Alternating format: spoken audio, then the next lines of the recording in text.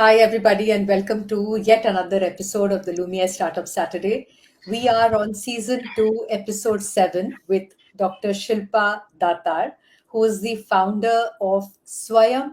Assessment becomes Swayam Analytics now in the last 4 years, and a long practicing counseling psychologist, assessor, who has her PhD in psychometric test development and counseling psychology. So, welcome, Dr. Shilpa Datar, and thank you so much for being our guest today.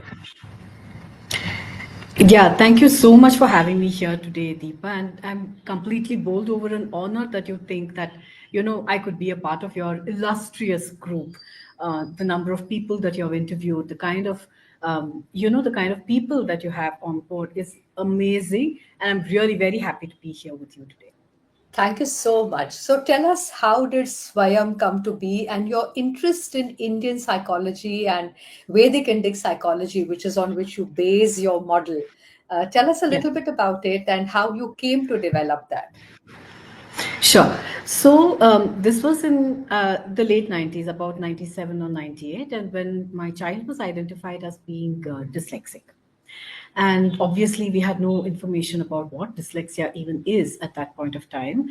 And the school wanted us to move them to a special needs school. And as a parent, I refused because obviously, I'm sure that you know, in India, the minute you say you put a child into a special needs school, they don't have access to a good education or a career. And I was not ready to do that to my child, and I said no, they're going to continue in the same school, and then they continued.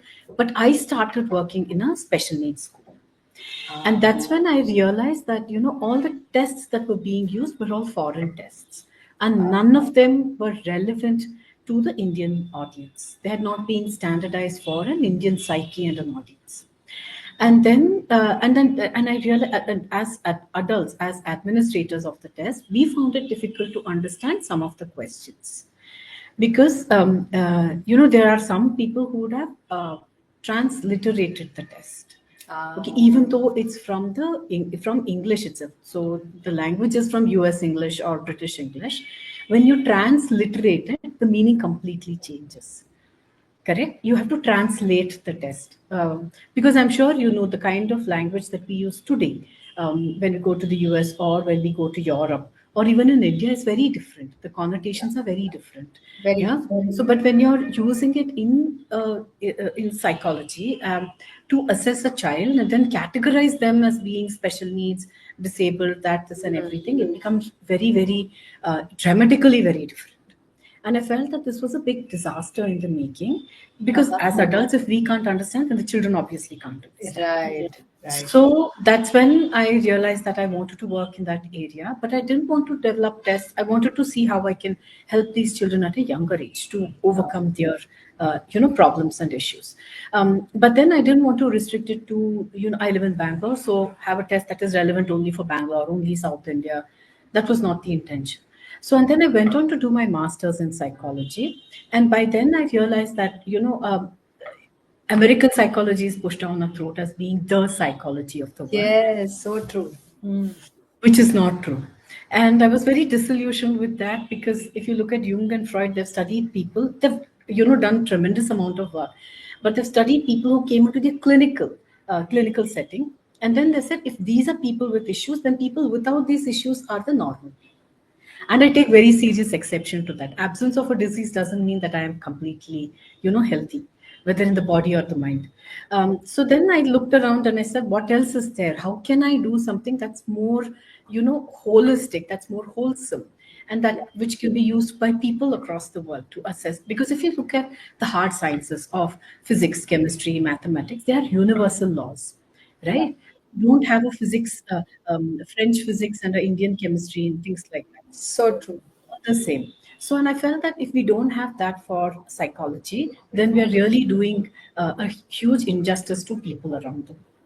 And then I came across the Pancha Mahabhuta theory, which is very, very prevalent in the Indian context. So I went and I also realized by then that, I was hoping that I'd be able to find something in the Indian medical tradition, which is Ayurveda and yoga, because they date back millennia and they are Yeah, living traditions and they correct. work. Correct? So I started studying them and I realized that this Pancha Mahabhuta theory had its roots in Sankhya roots. So entire Ayurveda and yoga is based on Sankhya. Correct. I was atheist. So I went on to study the Vedas, Upanishads, Bhagavad Gita, Ayurveda, Yoga, Sankhya, of course, the Puranas. And then I imported those concepts of manas, behavior, psyche, prakriti, personality into the Very domain of nice. psychology and then built tests to around that. And this was Okay. my PhD work at Regional Institute of Education, which is NCRT, that comes under the ambit of Mysore University. Okay. I Okay. went on to publish more than 18 scientific papers in international journals. And because of the very stringent methodology that I had adopted, my Yes. PhD guide was a stringent taskmaster. But I'm very grateful to him that he pushed me to that because Who was your PhD guide, out of curiosity? one Dr. C.G. Venkatesh Murthy. He went on to become the dean of the university of RIE and all that stuff. Extremely nice gentleman and a thorough gentleman.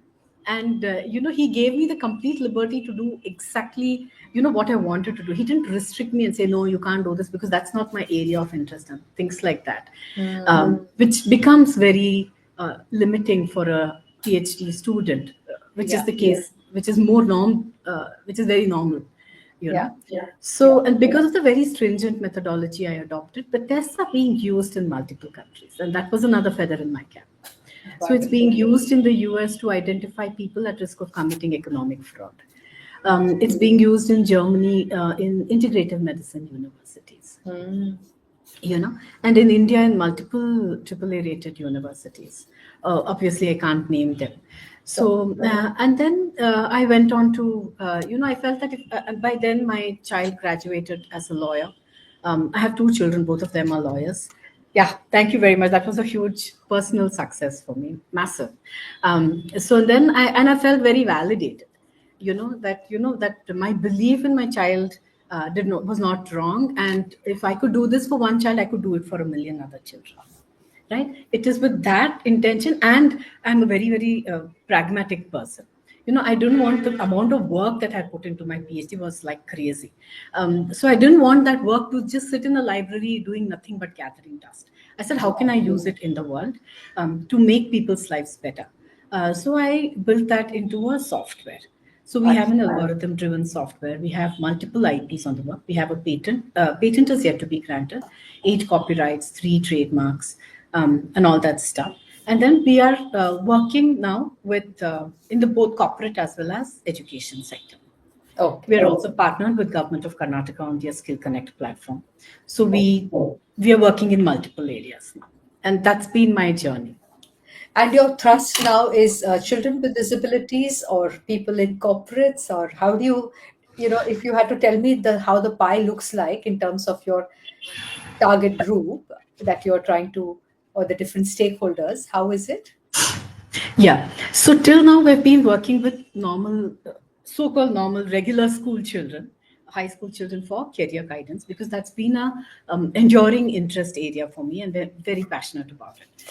Secondly, we also started working with corporates because that was a natural progression for us to do the psychometric assessment and behavioral assessment for job seekers, for recruitment as well as for employee development. So we have multiple marquee clients over there. But then, I felt that because the entire journey started because I wanted to do something for special needs children, right? So last year we launched a research project in collaboration with Christ University and Professor Prakash Padakanya, who is a expert in dyslexia. So this was to standardize psychometric assessments for children with dyslexia to give them career guidance. So we have developed that, we have standardized it. We just completed all the analysis, the statistical analysis, completed the data collection and everything. We're just sending out all the reports to the students who participate in the study from today. So I came back to that, and we have just completed that. So we are the first career guidance provider for children with special needs in India. And you keep a focus to dyslexia, or it could also be autism, it could be other. Combined dyslexia and autism. Dyslexia, Okay. LD, and autism. Yeah. Yeah. Very good. As a mother of a child who is dyslexic with high IQ, I completely relate to what you're talking about. And Oh, I see. What a common factor. yes, How unintentional. so I mean, what? This is what are the completely. odds? So my Yes. that's my daughter, and my son is a lawyer. So again, we have something in common there. So we'll talk Okay. separately. Nothing is by Absolutely. chance. Nothing is Yeah. by Yeah. chance. Correct. So, you up until 4 years ago, everything that you did was pen and paper, and then you moved everything to the and brought in the analytics and created Swayam analytics. So, possibly this transition called for people in your team to join new people, new talent. And sort of how did the organization transform, and where are you right now in this journey? Yeah. So before becoming a company, we were existing as a sole proprietary concern, and I felt that that was very delimiting because most companies are not ready to work with sole proprietary concern Yeah, because of all these regulatory correct. requirements and everything. So with that in mind, I converted it to a private limited company. So we have three directors now, and then we have a few employees. We have a psychologist. We also have senior psychologists on call when Okay. the reason demands it. Yeah. We have an admin person. We have our own tech team. So we have about 7, 8 people in the startup, and we are a very small, very tightly driven startup. Yeah. Yeah. Also, in terms of your customers, these are people you have a B2B focus and some kind of retail B2C clients as well, people who come to you directly as standalone parents or families, or does it primarily be driven through the school system and the corporates, Shilpa? We are primarily B2B. We prefer to work with corporates and with schools, school chain Yeah. schools and all that. But we have also, on the website, we also encourage individual parents, students, however it may be, to log in and, buy the test and take it. So, but our B2C focus is very, very minimal, less than 1% of our work, of our complete revenues, I can say. We also encourage, I mean, friends and family, they reach out constantly, and then we're happy to support them. And then they want to suggest us to their own families and everything, and we work in that way. Principally, we are a B2B organization. Okay. And that was by intent, by design, Shilpa? Yes, absolutely. Yeah. Because we're bootstrapped. We have received a small Startup India seed fund, but then we are completely bootstrapped other than that. So, bootstrapping with B2C becomes very difficult. Marketing, and you need very deep pockets for marketing and all that. So, that becomes a challenge for us. I'm trying to see how far I can maintain without having to raise funds.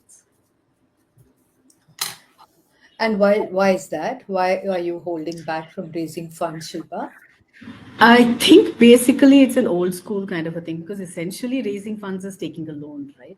So I'm not very much in favor of taking loans. I believe that our work should be sustainable, that we should be able to, whether we take a VC money or not, first is that we should have a sustainable business. If we don't have a sustainable business, there's no point in taking money and burning up other people's money. And at the end of the day, we are held responsible for it, right? And I feel that when we don't have a proper business model, when we're able to scale up that dramatically, taking funds and ridding people of their money might not be the right way. See, I read the Bhagavata every day and all that stuff, right? So that kind of conscience kind of a thing that pricks me a lot. I cannot, if I cannot blow my own money, I'm not going to blow somebody else's.